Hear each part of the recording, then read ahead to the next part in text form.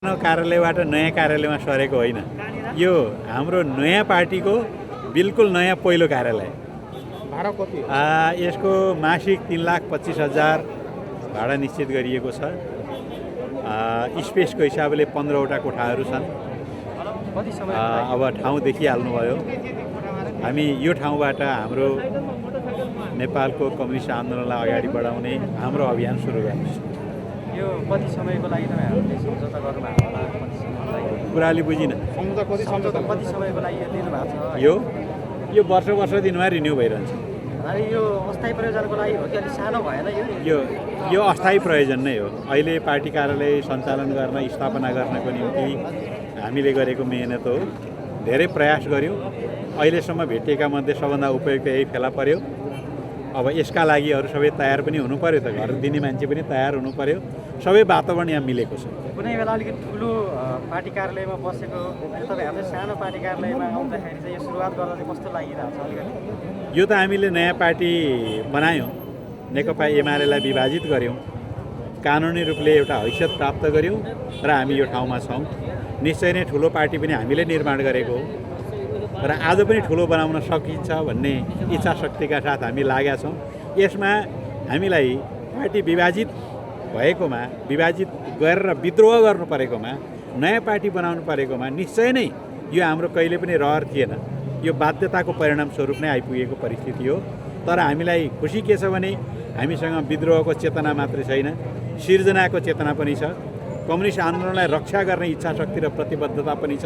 निश्चय नै हामी हिजो जुन पार्टीमा हामी थियौँ, नेकपा एमालेका सारा इमान्दार असल नेता कार्यकर्ताहरू हामीसँग लामबद्ध गोलबन्द हुनुहुनेछ र त्यहाँ थोरै केपी ओली प्रवृत्ति र त्यो प्रवृत्तिका वाहकको रूपमा देखा परेका नेता बाहेक अरू सबै हामीसँग गोलबन्द हुनुहुनेछ भन्ने हामीमा पूर्ण विश्वास छ। नेकपा एमालेमा त तपाईँहरूको पनि लगानी छ। त्यसको सम्पत्तिमा दाबी गर्नु चाहिँ गर्नु कानुनले दिएअनुसार गर्ने हो। अहिले कानुनी व्यवस्था सम्पत्ति दाबी गर्ने नभएको हुनाले त्यो धेरै झगडा गर्नेतिर हामी लाग्दैनौँ। आरामसँग एउटा स्वच्छ आदर्श इमान्दार व्यक्तिहरूको पार्टी बनाउनेतिर लाग्छौँ। यसका कम्युनिस्ट आन्दोलनका विगतका गौरवमय परम्पराहरूलाई सुरक्षा गर्ने, पुनर्जीवित गर्नेतिर लाग्छौँ। आज एउटा असल आदर्शमय कम्युनिस्ट पार्टी बनाउनेतिर लाग्छौँ र भविष्यका पुस्ताको लागि असल कम्युनिस्ट पार्टी दृष्टिकोण भिजन भएको, साँच्चै 21औं शताब्दीलाई प्रतिनिधित्व गर्ने र भविष्यलाई नेतृत्व गर्ने कम्युनिस्ट पार्टी दिने हाम्रो इच्छा इरादा छ। हामी त्यही दिशामा लाग्छौँ। जिल्ला प्रदेशतिर के छ त सङ्गठन विस्तार? कुरा सुनिन्। जिल्ला र प्रदेशहरूमा सङ्गठन विस्तारको तयारी कस्तो? धमाधम भइरहेको छ। प्रत्येक दिन 2-4वटा जिल्लामा कमिटीहरू, हिजोका कोही समानान्तर कमिटीहरू, कुनै पुराना कमिटीहरू सबै रूपान्तरित भएर एकीकृत समाजवादीमा समावेश भइरहेका छन्। जनसङ्गठनका कामहरू चलिरहेका छन्। पार्टीका प्रदेश कमिटीहरूका बैठकहरू सञ्चालन भइरहेका छन्। यही 5 गते हाम्रो पार्टीको केन्द्रीय कमिटीको बैठक बस्नेछ। त्यसले हाम्रा सम्पूर्ण घोषणापत्र लगायतका विषयहरू सार्वजनिक पनि गर्नेछ। नयाँ कार्यक्रम बनाएर हामी अभियान लिएर अब गाउँतिर जाने तयारी गर्दैछौँ। असोज 5 गतेदेखि 3 महिने 4 महिने अभियान बनाएर हामी देशभरि जम्मा सबै गाउँपालिका नगरपालिकालाई कभर गर्ने गरी कार्यक्रम लिएर हिँड्नेछौँ। पार्टी कार्यालय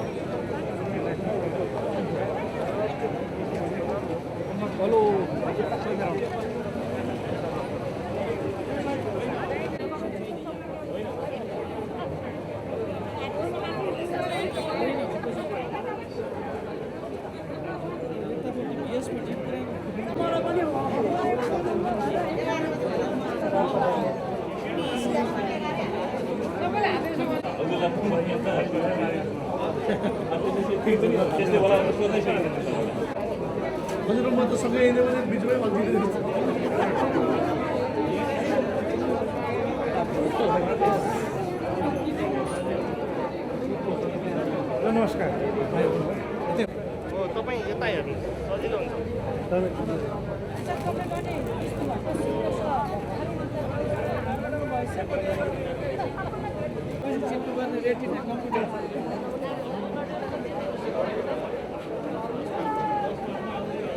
समाजवादी पार्टी जिंदाबाद, नेकपा एकीकृत समाजवादी पार्टी जिंदाबाद,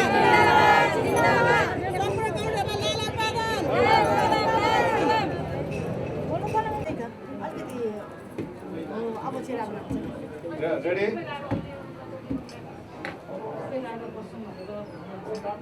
सीता कामरेड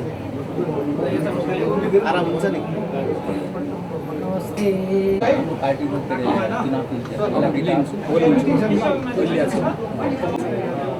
अब अघि पनि मैले चर्चा गरेका थिएँ कि हामी विगतका कमी कमजोरीहरूलाई दोहोरिन नदिने गरी सबै सकारात्मक कुराहरूलाई ग्रहण गर्ने गरी विगतका सम्पूर्ण उपलब्धिहरूको रक्षा गर्ने गरी अगाडि बढ्नेछौँ। हामी देशभक्तिको झन्डा बुलन्द गर्नेछौँ, राष्ट्रियताको पक्षमा दृढताका साथ उभिनेछौँ, लोकतन्त्रको एउटा पहरेदारको रूपमा सम्बलको रूपमा भूमिका निर्वाह गर्नेछौँ र परिवर्तनको वाहक शक्तिको रूपमा हामी समाजवादको यात्रामा अगाडि बढ्नेछौँ। हामी अग्रगामी सोच राख्नेछौँ, सबै खालका प्रतिगामी चिन्तनका विरुद्धमा दृढताका साथ उभिनेछौँ। हामी अगाडि बढ्दाखेरि सकारात्मक सोच राखेर शक्तिशाल चाहिँ उभिनेछौँ। हामीले देखेका छौँ नेपाली समाजमा अनेक विकृति विसङ्गतिहरू छन्, नेपाली राजनीतिमा पनि थुप्रै विकृति विसङ्गतिहरू छन्, पार्टीहरूमा विकृति विसङ्गतिहरू देखिएका छन्। र नेताहरूमा होस्, पार्टीहरूमा होस्, समाजमा होस्, राजनीतिमा होस्, यी सबै विकृतिहरूको विरुद्धमा हामी उभिनेछौँ। हामी समाजका सबै शोषण उत्पीडनमा परेका, पछाडि परेका समुदायको हितको रक्षामा अगाडि बढ्नेछौँ।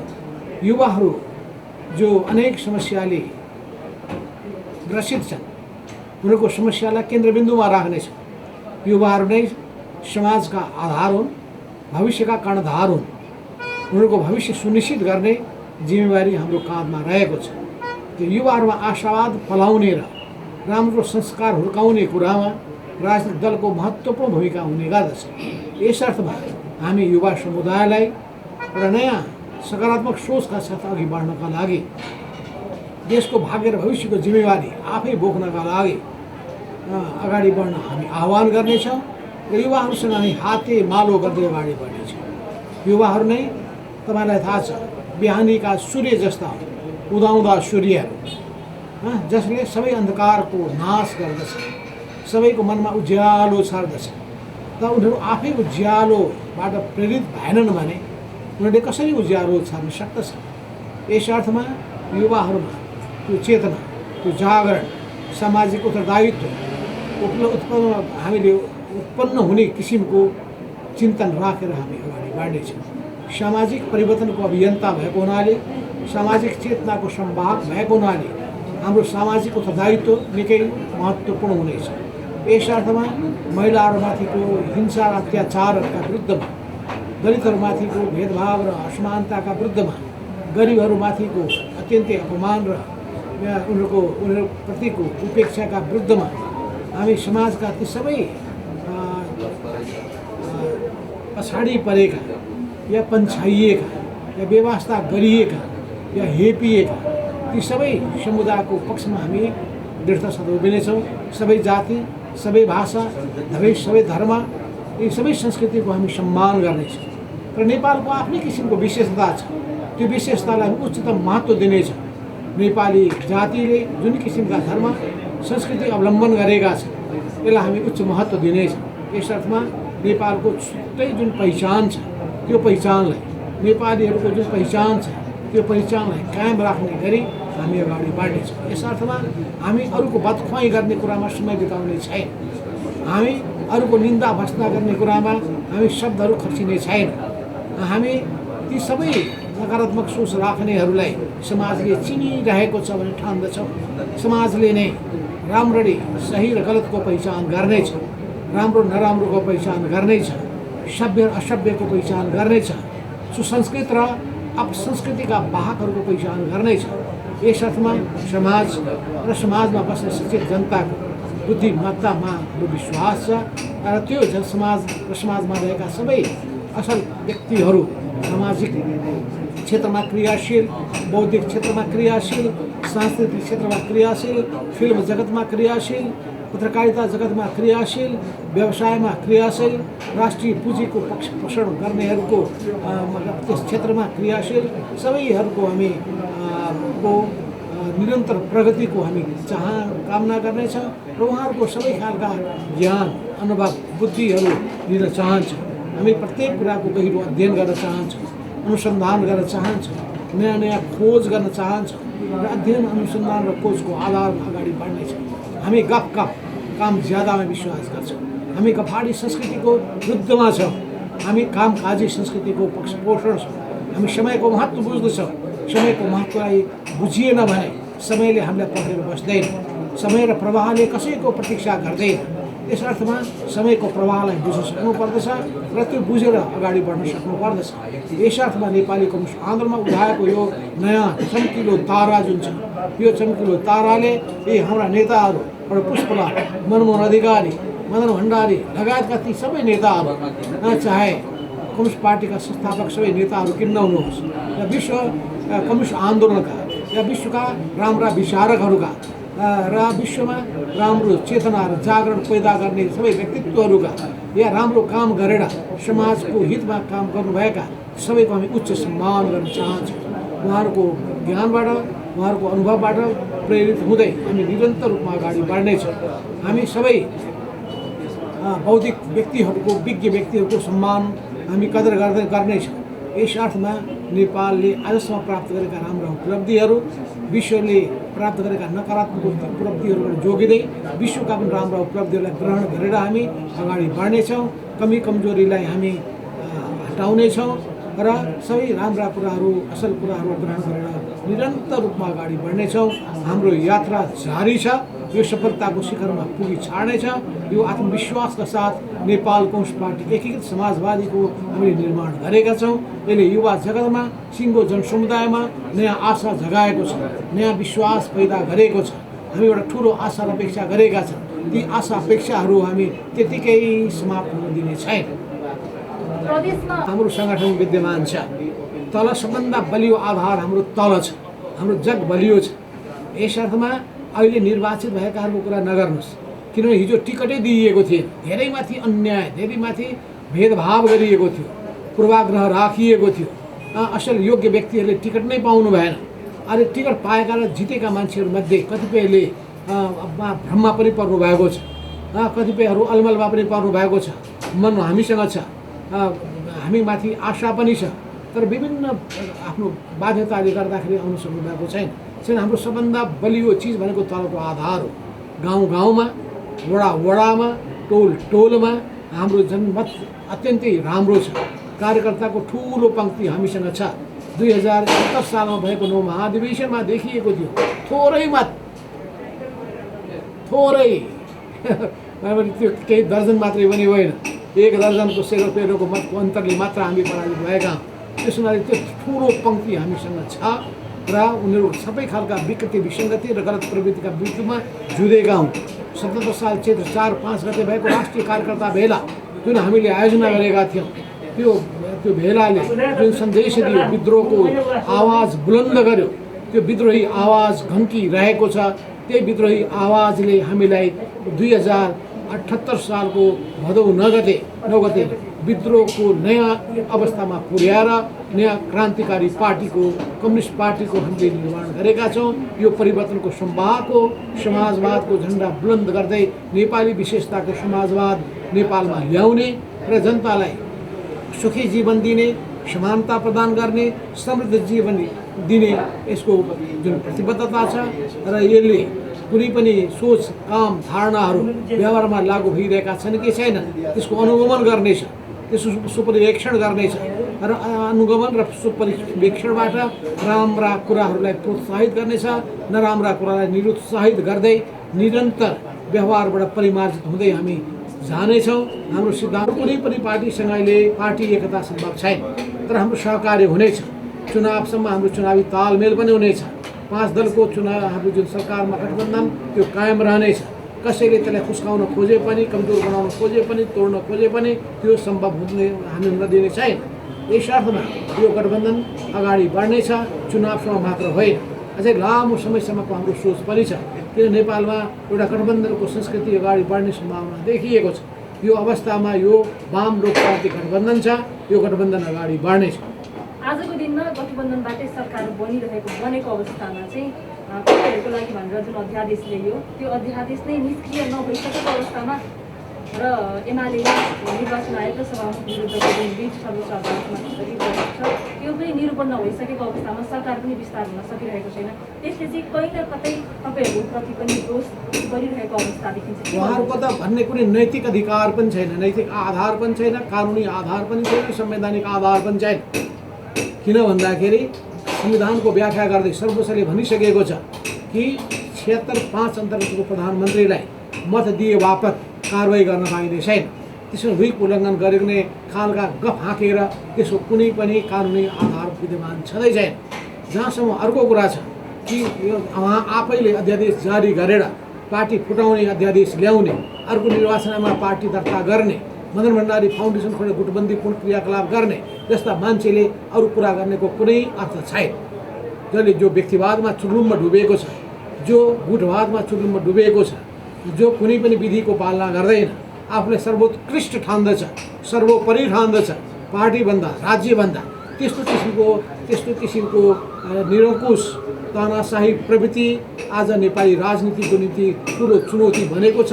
त्यसका विरुद्धमा जुत्दै हामी अगाडि बढ्नेछौँ र हामीलाई थाहा छ कि जब सभामुखले निर्णय गरिसक्नु भएको छ, सर्वोच्च अदालतमा बहस चलिरहेको छ भने सर्वोच्च अदालतमा विचाराधीन मुद्दाको बारेमा संसदमा प्रश्न उठाउन पाइँदैन भन्ने कुरा त्यो कानुनले प्रष्ट पारेको छ।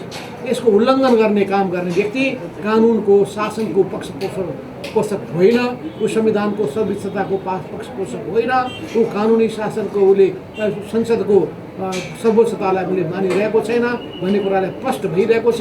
र यसले गर्दाखेरि जसरी एकदम माइकले नाक मुख भाँचिदिन्छु भन्ने खालका व्यक्तिहरूलाई उचाल्ने काम भएको छ, त्यसबाट त्यो समूह कुन किसिमको कस्तो किसिमको प्रवृत्तिलाई हुर्काउन खोजेको छ भन्ने कुरा प्रष्ट भइसकेको छ। जनता वाक्क दिक्क भइसकेका छन् र जनताको नजरमा त्यो पार्टी, त्यसको इमेज, त्यसको नेताहरूको इमेज, मूल नेताको इमेज तल खस्केको कुरालाई समयमा बुझ्नु र गल्ती महसुस गरेर माफी राष्ट्रसँग सबैसँग माफी माग्नु उपयुक्त हुन्छ।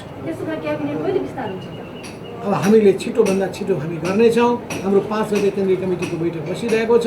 यही सेरोफेरोमा हामी सम्भवतः यो हप्ताभित्र सबै कुराको पूर्णता गर्नेछौँ। अन्तिममा चाहिँ तपाईँलाई पोखरा पुगेर योगेश भट्टराईले के भन्नुभएछ भने अब माधव कमरेडले सपना देख्दा पनि एमाले नै देख्नुहुन्छ, फर्किनुको विकल्प छैन।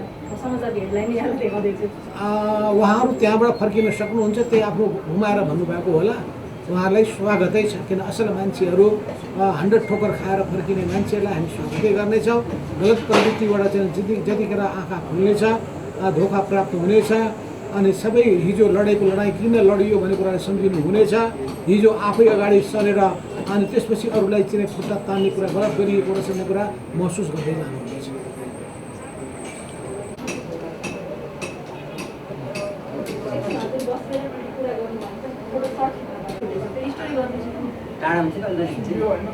एउटा छुट्याएर चाहिँ के सम्झिहाल्यो?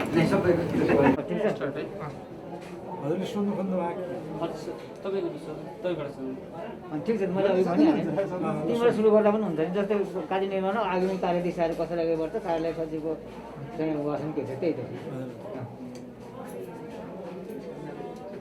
हामीले निकै लामो समय करिब 50 वर्षको इतिहास हाम्रो चाहिँ सम्पूर्ण नेताहरू, खास गरी संस्थापक नेताहरू र हाम्रा पनि भन्नु पर्यो होइन, कसैको 40 वर्ष, कसैको 45 वर्ष, कसैको 50 वर्षको लामो र असाध्यै सङ्घर्षशील जीवनहरू चाहिँ हामीले नेपाल कम्युनिस्ट पार्टी एमाले बनाउनुको निम्ति खर्च्यौँ। तर आफूले बनाएको पार्टी आफ्नै निम्ति चाहिँ भएन। पछि गएर कर्ण केपी ओलीले हामीलाई त्यहाँ बस्न नदिने खालको वातावरण भइसकेपछि अब हामीले चाहिँ नेपाल कम्युनिस्ट पार्टी एकीकृत समाजवादी पार्टी गठन गर्नुपर्ने स्थिति भयो। हामीले 2078 भाद्र 9 गते जब निर्वाचन आयोगमा दर्ता गऱ्यौँ, दर्ता गरिसके पछाडि हाम्रो आधिकारिक रूपमा हामी नयाँ पार्टीको अभ्यास गरिरहेका छौँ। यहाँहरू सबैलाई थाहा भएको कुरा हो। त्यस पछाडि चाहिँ त्यसको लागि एउटा कार्यालय चाहिँ आवश्यकता भयो। हामीले आज यो कार्यालय उद्घाटन गरेका छौँ। आज 78 असोज 1 गते बाट चाहिँ यो ठाउँमा हामीले कार्यालय स्थापना गऱ्यौँ। अब नेपाल कम्युनिस्ट पार्टी एकीकृत समाजवादी पार्टीको सम्पूर्ण केन्द्रीय कामहरू यही कार्यालयबाट चल्ने हुन्छ र हामी प्रदेश र स्थानीय तहको सबै कामहरूलाई यसै कार्यालयद्वारा चाहिँ अब समन्वय गर्छौँ र निश्चित रूपमा अब नयाँ बनेको पार्टी भएको कारणले गर्दाखेरि मान्छेहरूले हामीबाट धेरै आशा पनि गरेका छन् र स्वाभाविक रूपले हामीले कसरी यो पार्टीलाई सबभन्दा भरोसायोग्य पार्टी, असाध्यै आशा लाग्दो पार्टी, असाध्यै जनताहरूको प्यारो पार्टी कसरी बनाउने होला भन्ने चिन्ता हामीलाई त्यहाँ छ। र यो पार्टी बनाउनु मात्रै ठुलो कुरा होइन, पार्टी त धेरै बनेका छन् यो देशमा, तर सङ्घीय लोकतान्त्रिक धारलाई मजबुत बनाउने, वाम आन्दोलनका सम्पूर्ण शहीदहरूको अधुरो सपना साकार बनाउने र अहिले जुन प्रकारका विकृति विसङ्गतिहरू छन्, दलप्रति मानिसहरूको जो वितीर्ण छ त्यसलाई पनि अन्त्य गर्ने हिसाबले कसरी जाने होला भन्ने हामीलाई चुनौती छ र यो चुनौतीलाई हामीले चाहिँ सामना गर्नको निम्ति हामीले नयाँ किसिमका योजनाहरूका साथ आउनेछौँ र यो पार्टी बहुसङ्ख्यक युवाहरूको पार्टी हुनेछ र यो पार्टी बहुसङ्ख्यक महिलाहरूको पार्टी हुनेछ, यो पार्टी बहुसङ्ख्यक मजदुरहरूको पार्टी हुनेछ र हाम्रो समाजवाद जो गन्तव्य हामीले तय गरेका छौँ, समाजवादमा हामी कसरी पुग्न चाहन्छौँ र त्यसका प्रारूपहरू मान्छेहरूलाई अनुभूत हुने गरिकन हामी दिन चाहन्छौँ। स्थानीय सरकारहरू छन्, प्रदेश सरकार छ, सङ्घीय सरकार छ, ती सङ्घीय प्रदेश र स्थानीय सरकारहरूबाट समृद्ध नेपाल सुखी नेपालीको नारासहित समाजवादमा पुग्ने स्पष्ट रोडम्याप सबै सरकारहरूले तय गर्नुपर्ने हो। तर सङ्घीय सरकार झन्डै 2/3 बहुमत प्राप्त केपी ओलीजीको सरकारले त केही पनि गरेन। 3 वर्षको कार्यक्रम, सरकारका नीतिक कार्यक्रमहरू आउँदाखेरि पनि त्यसमा झल्किएन, सरकारका बजेटहरूबाट पनि ती कुराहरू मुखरित हुन सकेन र मान्छेमा एक प्रकारको वितृष्णा पलाउन थालिसकेको थियो। र यस्तो बेलामा हामीले नयाँ पार्टी, नयाँ जोस र जागरका साथ बनाएका छौँ र हाम्रो पार्टीमा शीर्ष नेताहरू, जो संस्थापक नेताहरू, कमरेड माधव कुमार नेपाल, कमरेड मुकुन्द न्यौपाने जस्ता नेताहरू, जसले यो पार्टी निर्माण गर्नका निम्ति आफ्नो सम्पूर्ण ऊर्जाशील वैंशहरूलाई खर्चनु हो र उहाँहरूकै मार्गनिर्देशनमा हामीले पनि आफ्नो सम्पूर्ण ऊर्जाशील आफ्ना जाँगरहरूलाई चाहिँ नेपाली कम्युनिस्ट आन्दोलनको निम्ति समर्पित गऱ्यौँ। अब नेपाली जनताको ध्येय भनेको समाजवाद प्राप्तिको ध्येय हुनेछ र त्यो ध्येय कसरी पुरा गर्ने भन्ने कुरा यो नयाँ पार्टीले चाहिँ त्यो बाटो देखाउनेछ। र जहाँसम्म एउटा वैकल्पिक धारको कुराहरू छ, धेरै वैकल्पिक पार्टीहरू खुल्ने अभ्यासहरू गर्ने कामहरू भयो, तर कसैले पनि साँचो वैकल्पिक त्यो खालको धार पनि दिन सकेन। त्यसैले समाजवाद प्राप्तिको दिशामा हामी नै मुख्य शक्तिको रूपमा अगाडि आउनका निम्ति हामीसँग त्यस प्रकारको आधारहरू पनि छन्। देशका 77वटै जिल्ला, 7वटै प्रदेश, 753वटै पालिका र 6743वटै वडाहरूमा हामीले कमिटी विस्तार गरिरहेका छौँ। झन्डै हाम्रा 32वटा जनवर्गीय सङ्गठनहरू अहिले क्रियाशील छन्। हामी पेसागत र सामुदायिक सङ्गठनहरूलाई पनि नेतृत्व दिने हिसाबले हामी लागिरहेका छौँ। देशका सम्पूर्ण जनसमुदायहरूमा एउटा जिज्ञासा छ, एउटा नयाँ आशा छ र हामीप्रतिको भरोसा छ र त्यही रहर लाग्दो र भरोसा दिन सक्ने खालको पार्टी हामी बनाउन चाहन्छौँ। त्यसैमा यो आजको केन्द्रीय कार्यालयको उद्घाटनले, आजदेखि केन्द्रीय कार्यालयको कामहरू यहीबाट सुरु हुन्छ र यसले सम्पूर्ण नेतृत्वदायी र समन्वयकारी भूमिका चाहिँ यसले खेल्छ। अनि पार्टी बन्छौँ हेर्नुहोस्, त्यतिले मात्र पुग्दैन। एमाले भन्दा ठुलो पार्टी बन्ने खालको कुरो मात्र होइन, 2/3 बहुमत केपी ओलीजीलाई पचेन र नपचेर होइन, यो कम्युनिस्टहरूलाई बिरलै प्राप्त हुने 2/3 सरकार पनि उहाँलाई नपचेर 2 पटक चाहिँ संसद विघटन गर्ने ठाउँमा जसरी जानुभयो, त्यस्तो स्थितिबाट नेकपा एमाले प्रतिको मान्छेहरूको विश्वास, केपी ओलीप्रतिको मान्छेको विश्वास सब समाप्त भइसकेको छ र त्यसैले हामीले पार्टी स्थापना गरिसके पछाडि त्यो विश्वास हामीतिर पलाएको छ। त्यसैले मैले अघि पनि भने हामीतिर भरोसा जागेको छ, हामीप्रति आश गरेका छन् र एउटा रहर लाग्दो र भरलाग्दो पार्टी हामी नै बन्न चाहन्छौँ। जहाँसम्म चाहिँ समृद्धिको कुरा यहाँले गर्नुभएको छ, समृद्धिको त यो सबैले गरेका छन्। संविधानकै मुख्य आशय नै समृद्धि हो सुखी नेपाली बनाउने नै हो। त्यसको निम्ति समाजवाद प्राप्त नगरिकन चाहिँ सुखै छैन। हामी समाजवाद प्राप्तिको दिशामा अगाडि बढ्नुपर्ने, तर उनले चाहिँ के भने संविधान बनिसके पछाडि सङ्घीय सरकारको नेतृत्व गर्ने जुन अवसर केपीजीले प्राप्त गर्नुभयो त्यो अवसरलाई उनले गुमाए, उनले खेर फाले। अब नेपाली जनताको चाहिँ जुन वितृष्णा छ, नेपाली जनताको आश मरेर जुन गएको छ त्यो वितृष्णालाई तृष्णामा जगाउनु पर्ने भएको छ, तृष्णामा जगाउनु पर्ने भएको छ। मरेको आशलाई चाहिँ फेरि पुनर्जागृत गर्नुपर्ने भएको छ। त्यसैले हामी चाहिँ नि एउटा यो हाम्रो आन्दोलन भनेको पुनर्गठनको आन्दोलन पनि हो, हाम्रो अभियान भनेको पुनर्गठनको अभियान पनि हो, हाम्रो काम भनेर भनेको विद्रोहको काम पनि हो, कार्य पनि हो। त्यसैले हामी त्यो गर्छौँ। तपाईँहरू कार्यालय खोलेर अघि बढिसक्नुभयो, तपाईँहरूबाटै गएको साथीहरू चाहिँ हामीले अझै पनि तपाईँहरूलाई छोडेर उतातिर लाग्नु भयो। उहाँबाट धोका पायौँ हामीले भन्यो भने के हुन्छ होला। त्यस कारणले उहाँहरूलाई नै सोद्धा यो कुरा ठिक होला। जुन साथीहरूले हामीलाई अन्तिमसम्म चाहिँ हामीसँग बसेर पार्टी खोल्नुपर्छ भनेर हामीलाई उचालेर उकासेर एक प्रकारले मालुकबाट त पार्टी नयाँ बनाएर तत्काल जानुपर्छ भन्ने पक्षमै हुनुहुन्न थियो। आतुरी त उहाँहरूलाई थियो, सकसकी त उहाँहरूलाई थियो। तर ती साथीहरूले चाहिँ फेरि पछिल्लो समय कसरी केपी ओलीजीको मायावी जालमा पर्नुभयो थाहा छैन। के गरी चाहिँ उहाँहरू चाहिँ उहाँको चाहिँ कुराबाट चाहिँ प्रभावित हुनुभयो त्यो पनि थाहा छैन। र उहाँले चाहिँ के भने हामीलाई छोडेर उतैतिर बस्नुभयो अथवा जाने खालको कुराहरू गर्नुभयो। त्यसैले यो त एउटा यात्राको क्रम हो। स्टेसनमा धेरै मान्छेहरू छुट्न सक्छन् होइन, जहाजहरू अगाडि बढिरहन्छ। अहिले उतै बस्नुभयो साथीहरू चाहिँ अहिले हेर्दाखेरि चाहिँ